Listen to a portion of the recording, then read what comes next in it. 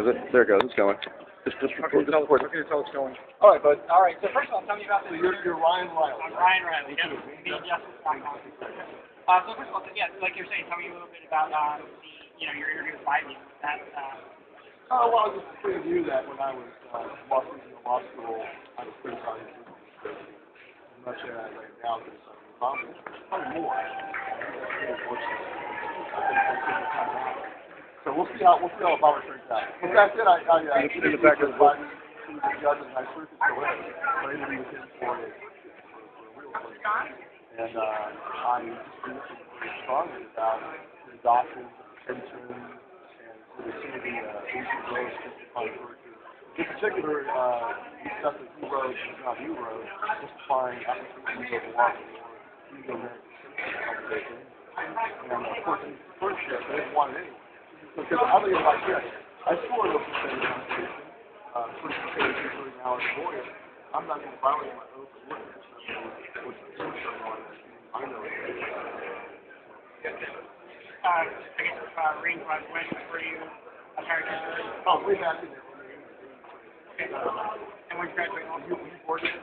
88. I was born in 88. You weren't born in? No. So, very clear, I got out of high school. I was a person in the Army. Tried to push this money. Disabled and after that, I went to Washington. Not now in a rest area. Then? You got PhD? Pardon? You see a PhD? Oh, yeah.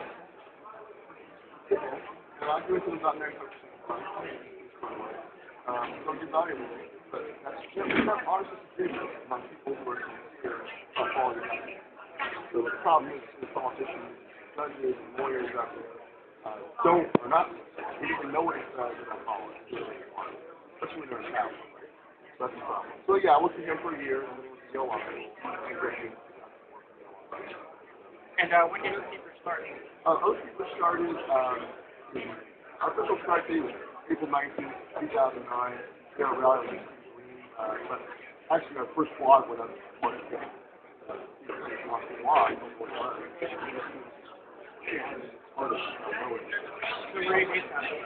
Las Vegas.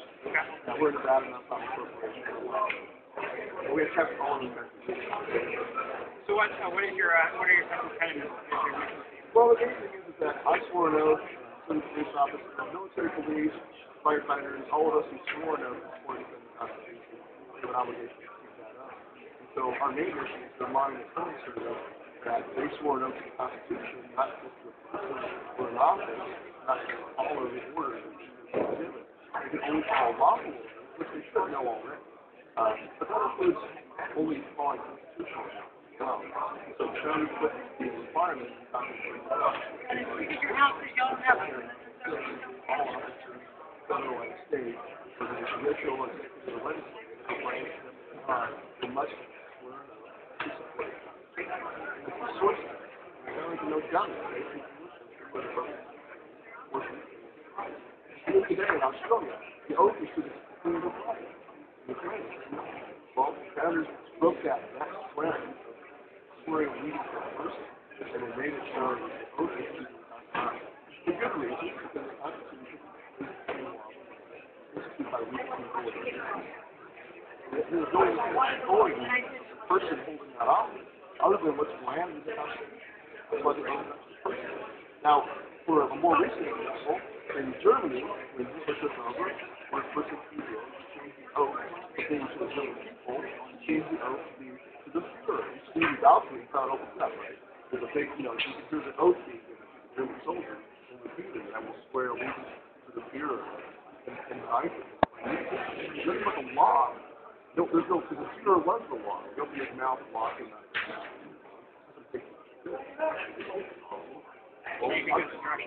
Well, no, the point is that the founders saw the history of England and the use of that kind of power. That's why the oath is to the Constitution itself. And that's what's going to keep us, if we adhere to our oaths, if we simply keep our oaths, we can never go down the road other countries have gone. Now, do you think it's going to happen? Okay, yeah. But did the founders think it could happen here? They always say, well, we'll always have benevolent, trustworthy men established. No, they wrote a Bill of Rights for a reason. We get a lot of flack over this, like 10 orders and one honor. Well, the founders have their own list of things that shall not happen. Okay? They look at our 10 orders, they can't track the bill of lading. Not going to want researches, not going to do you're not going to imprison an American without trial. Or it also includes against self-incrimination. And that includes no torture. So you have, I guess you have agreements with people from across the globe. Oh, sure. Yeah, like I said, when I was in law school, when I was writing, I did my main thesis there, my graduate thesis there was on independence, focusing on the claim that the president could treat American legislation and could include even an American citizen, anyone, isn't you or I, as an unlawful combatant in foreign service, so they could use this actually so-called captures as an actual rape process. How Americans started in America? They said it doesn't matter. The citizenship's irrelevant. It was the argument. They treat you just as though you were in Afghanistan, as though you were a foreign national somewhere around this side of the world. Now, that's not the original motive. And Scalia in Zombie case with that Zombie spot on accurate. He says there, look, you cannot detain an American citizen without an indictment unless it's been innocent. That's the and furthermore, if you have any suspension, you can't try them by any mechanism other than trial. That's the mechanism with Article 3 of the Constitution. It says that treason shall be making war against the United States, or making war against no nation, and aiding and abetting the enemy. And it has a requirement of witnessing to the overt act in open court. It's an Article 3 for a reason. It's an Article 3 for a jury trial in America. This is really pointed out. What are you guys talking about? But the rest of the court, including the liberals and the conservatives, scarily enough, Thomas is like, oh no, you shouldn't be able to review this. It's like swallow, hook, line, and sinker, the arguments of the Bush administration. That's a good issue. It's what the president really wants. So, but basically, Scalia was going to be 100%. At least you have some preservation there, the way it's supposed to be, which is that you and I are free from being black bagged in the middle of the night and taken away and thrown into military breaking. We're supposed to be free. Or free from being tried by some angry court, modern Star Chamber, and then executed. The back into the Star Chamber, they do to you, you know, the Christian confession, right? They torture you with these confessions. When they use that confession, no one, it's not confessing in open court. They use that confession against you, and they have you drawn in court as free. That was how they used it. The Senators saw that, and that's why they mandated that if you're going to do this freedom, they're going to define it as a physical act, not just a requirement, actually protection. Two witnesses. And that's just something you said to an overt act. So if you're charged with murder, one witness is enough, right? You're charged with treason, and questions. Extra protection. They knew the greatest tool of oppression, so tyranny, is to accuse a person of treason, making war against his own country, or aiding and abetting the enemy. And yet we now have a government that claims authority to detain anybody in the United States, any of us. There's no report option. So that was the first thing that made me nervous and worried that the protection that the founders put in place can't step like that from happening. And it was being done first by the Bush. Following a precedent by FDR, the point is, the Bush was the first modern resurrection. And now Obama has not relinquished it. He's not said, oh, I disavow the powers. He was and he is not going to like that. He's also continuing to do a lot of the more inspiring people. I think Google's not running the yeah. Where they are, federal lawyers are being able to track your cell phone. Right. Yeah, roving cell phone tracking, right? Yeah. So, I mean, I don't care if it's the person on the political left or the person on the political right, so-called Democrats, Republicans, right. I don't care who they are. If they violate the Constitution, so I don't understand. A lot of liberals nowadays, they're like, well, where are you guys during Bush? I said, well, I was over here writing about all of this. Like I told you earlier, I did a poem. Go to Stewart-Rhodes.blogspot.com to find my old blog. Go there and go find the poem I wrote. You can find John Hughes.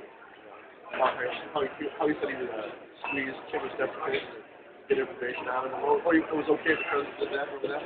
He was in a debate.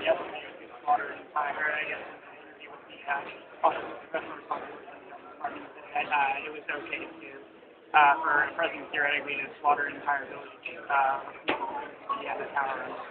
For what purpose? For what? Executive power and Well, I mean, he was in a debate with another professor, and the guy said, so if you hypothetical, would it be constitutional for the president to authorize crushing the child's testicles in order to make the father of the parent talk? And the response was, well, it depends upon why the president thinks he needs to do that. So the response was, yes, you can do that. You can do anything you want. He's basically an elected dictator in that argument. And that's the argument I oppose first. That's how I understand it. But my point is that is unfortunately put into law now, not fully. They didn't, the Harvey case involved a guy captured in Afghanistan. That's the only thing that separates that case from Petia's case from here. You know that the Fourth Circuit upheld Petia's detention, but then they were going to take the Supreme Court, and the Bush administration ducked that by taking over to a civil system and trying on the civilian court. So they got the Supreme Court to do it. They didn't get a Supreme Court slap down on that, or an affirmation of it. So we're still have a little thin barrier left to say, well, for here, that's distinct from the Harvey case where the American citizen was over there. But is that much of a distinction? When you go back to the 1942 Quinn case, the FDR case, where they had the Germans that were come ashore, well, those people were captured. And the court there, in that Quinn case, upheld the trial by military tribunal of a man who claimed to be a U.S. citizen, saying this is not relevant. That's the precedent the Bush administration grabbed back in 1942 and laying around like a dusty old pistol. They grabbed that up and they resurrected it, made it and like expanded it. It's not even a declared war. And so now the claim is that any of us could be a possible terrorist, right? So during this modern war against the tactic, even an American citizen could be a terrorist, and if you're an unlawful enemy combatant in the war on terror, hey, you don't get due process. So it started with FDR, well, it started with Lincoln primarily. He did that. Supreme Court found it constitutional in the Milligan case. Then FDR, his court, New Deal court, kind of like wiped out Milligan, wiped it out, and resurrected this idea that the president can treat an American citizen not in the military like he's a foreign enemy. And this is what I argue with none of the Japanese Americans. In the paper I wrote at Yale Law School, I said, look, the Japanese Americans, a lot of people focus on they focus on the racial animals. And that's certainly important. But the other thing is they were treated as though they were conquered enemy population in Japan, because they were American citizens. So that's one of the examples I use. I say, look, don't tell me it can't happen here. It did happen here. It happened in the Japanese Americans too. They were interned in detention. It happened in Katrina, where we had gun disarmament, the other one we talked about. Like I was on a Rielly show 2 days ago, and I was like, when's this ever going to happen? Who's talking about doing this? I said, well, it happened in Katrina. Law-abiding citizens, everyone was disarmed. Not just the movers, the little old lady in the kitchen was tackled by a cop, people who were all over, average citizens trying to protect themselves. And even in places, it doesn't matter to me whether it's high and dry or not. The point is, even in homes that didn't have to be evacuated, but were staying at home, they went in there and disarmed them. So it has happened, and it can happen. One of the attacks on us by Southern Poverty Law Center and other organizations, like the ADL, is that we're conspiratorial. They initially started out by trying to attack us by saying by insinuating that we're racist. The first article that the Southern Poverty Law Center put out, the headline went over on to I think it's the counterculture. But the headline article was that the militia movement didn't use racist, but now it is. Then they try to lump us in as racist. What do we have to do? Nothing we're doing is called race. What's the thing on race at all? In fact, in public quarter, Harvey at 170 race. We couldn't make it different. So, so it's not about race. So they kind of backed up on that. So then they start attacking us and saying, well, trying to lump us in with militia. We're not militia. We're currently military, police, firefighters, and then veterans. We're not militia. We don't train or run around the woods. What's your membership like? I mean, as far as who's your member? Yeah, who's your member? How many people? Oh, we have about 16,000 people on our forums, and we have approximately 6,000 dues paying members. It's going up now because all the media. We get a little bit of spike. But we have current serving police officers, and we have a current serving Cleveland police officer who's our chapter president in Ohio. We have a current serving police officer who's our chapter president in Louisiana. Chauncey here, he's the chapter president of Florida. He's a retired police captain. So we have current serving military. We've got a guy probably going to have a current serving army sergeant out of Hawaii. So we have just lots of current serving in there, but also veterans. It's a big mix. What about federal agents? Yes, we do. We have some federal agents. Right now, is that something? How many? I don't know. Good question. We do have. I know we have some. I don't really pay much attention to breaking down how many federal agents we have on this day. I know we have some DHS people. Yeah. In fact, we got a photo on our old blog of a DHS officer sent us a picture of his arm. He got himself an oath of protection. And about FBI? So you have you know, that's a good question. I have to go find out. I'm not sure. I know we do have federal officers. I mean, here's the thing. Why would it be so surprising that a federal officer who's the same oath I did, whether you're federal, state, or military, federal police, military, state police, so I would hope that it wouldn't be necessary, right?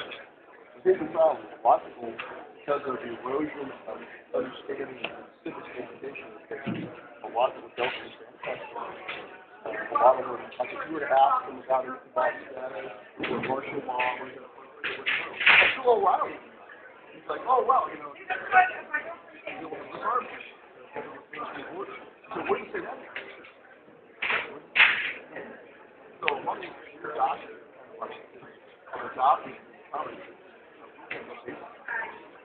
you don't suspend his whole life.